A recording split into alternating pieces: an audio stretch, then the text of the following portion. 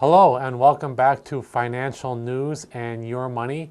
My name is Paul Munichel and I'm a financial advisor with Ameriprise Financial. And Ron Jankowski, my co-host, is off today, so I will handle the show myself.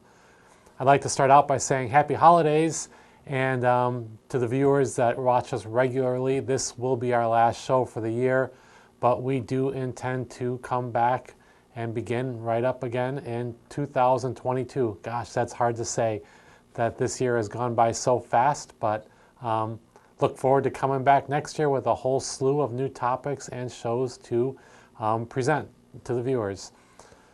So with all that being said, I'm going to go ahead and start. What I'm going to do today to start is give you a monthly market recap, let you know what kind of happened in the market last month in November. So November's volatility, the U.S. equity market was trending higher for most of November up until about COVID-19 Omicron variant fears pulled global markets into the red late in the period. In the end, the U.S. equity market ended with a volatile month with a loss of about 1.5%. Foreign equity had a more significant decline of negative 4.5%. Now, much of the loss was due to the Omicron fear and the potential for further government-imposed restrictions. The broad fixed income indices remained flat on the month, gaining just a rough 0.1%. Now, in our view, the Fed and Omicron variant added two new items to the proverbial wall of worry heading into the final month of the year. Alongside a potential government shutdown, which was averted, increased pandemic effects, supply chain disruptions, and continued transportation bottlenecks.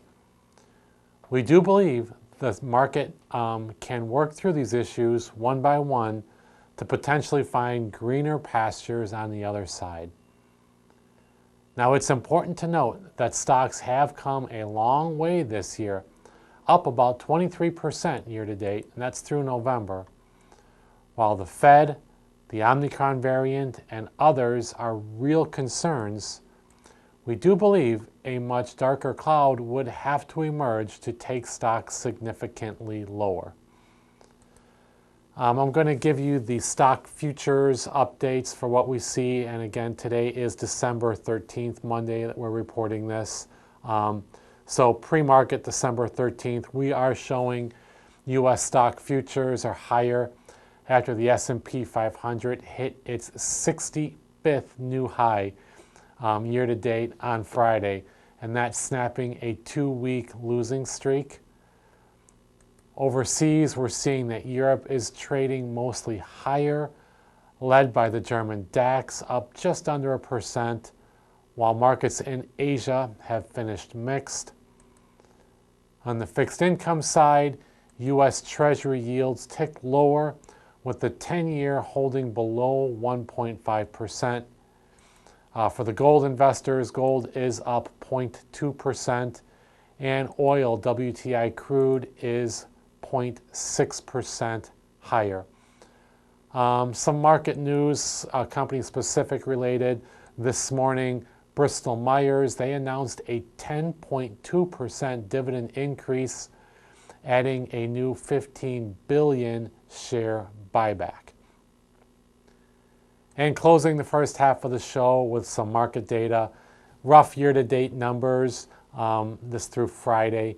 The S&P 500 a positive 27%, the Dow Jones a positive 19%, and the NASDAQ year-to-date through last week a positive 21%. So all staggering numbers. Again, I won't be here to report the last few weeks of December, but hopefully these gains will hold through the end of the year, and maybe we can add some more onto them before the end of the year, giving all the equity investors out there a real positive year for 2021. But that's going to conclude the first half of the show, And I will be right back with the Your Money portion of the show. I'm going to talk a little bit about 529 college savings plans. So if you got the time, stick with us, and we will be right back.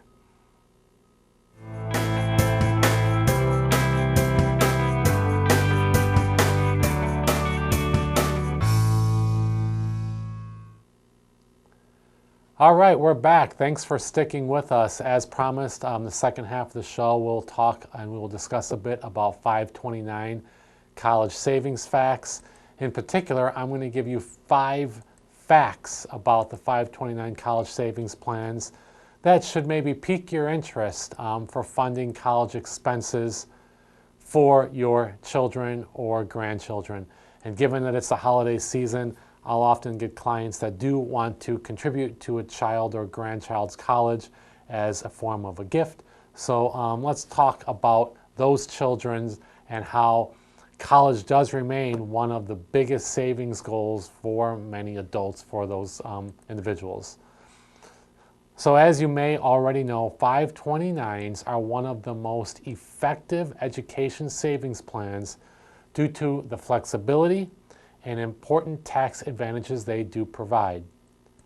But like any investment vehicle, there are important considerations you should keep in mind before you take any action with starting one, opening one, or investing in them. So again, I'm going to give you the 5 facts about 529 plans you should know as you consider your options. Fact number 1, the tax benefits can be significant. 529 plans are similar in structure to Roth IRAs. You make contributions using after-tax dollars, and then in more than half of all states, state income tax deductions or credits are available for making those contributions. Earnings generated within the 529 plan grow on a tax-deferred basis. Then, when the money is needed for qualified education expenses, which we can get into much more details with, you can withdraw the funds tax-free. Again, the key being qualified education expenses. There's a list of these that it's best you go over one-on-one with your financial advisor or tax advisor. Fact number 2, contribution limits are high.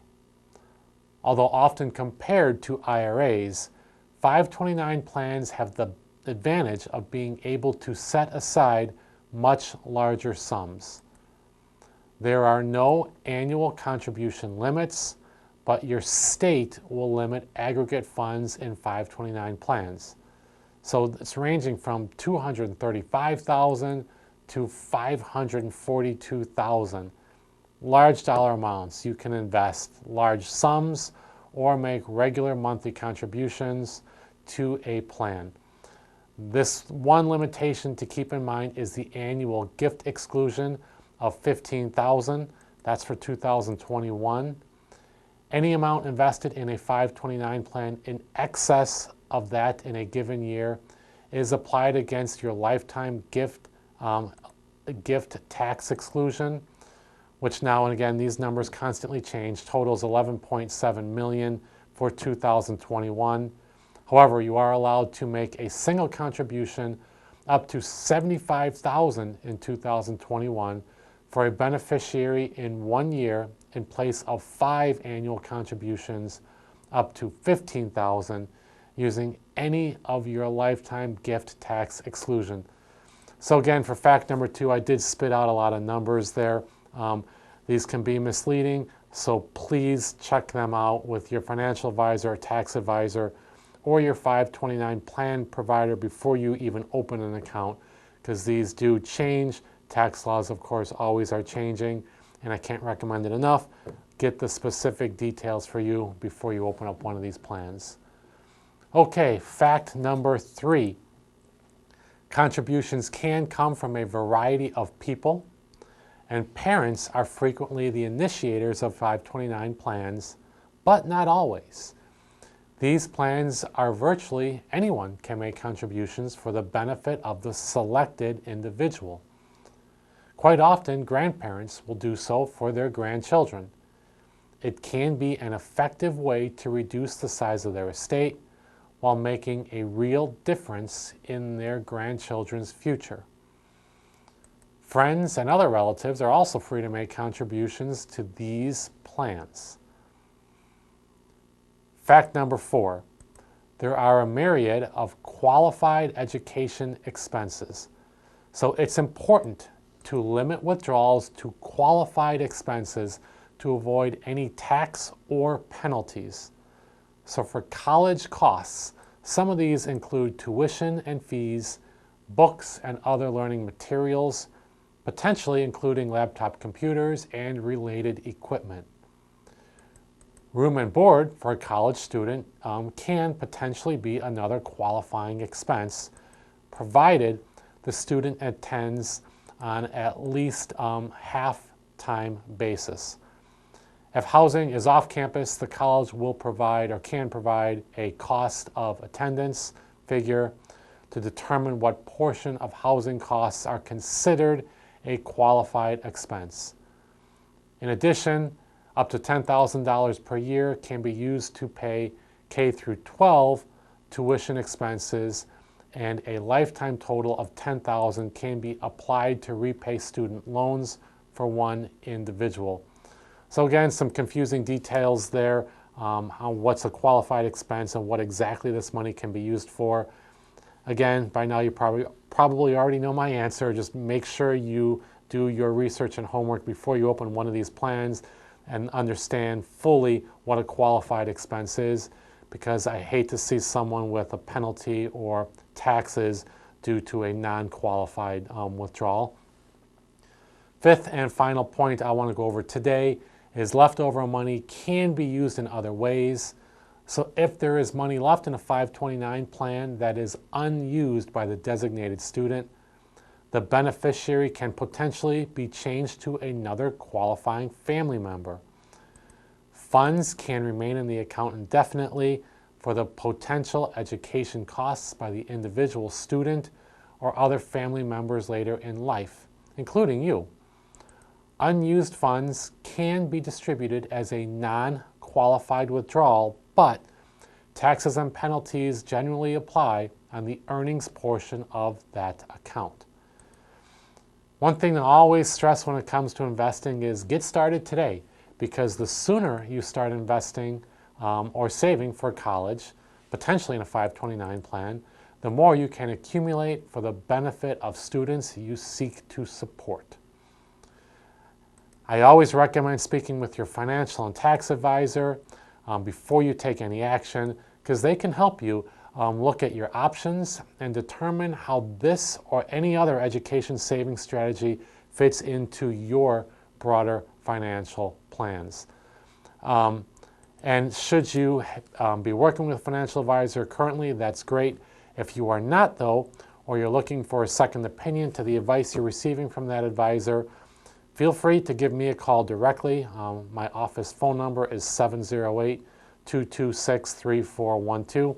I'm here to help anyone that has questions or concerns on this and answer any of those difficult questions when it comes to the right plan for you. So with that being said, we are signing off for the year 2021. I'm grateful to the Channel 4 staff. I want to thank Carl German and Ron Jankowski for being such a part of this show, and all the other people that help out.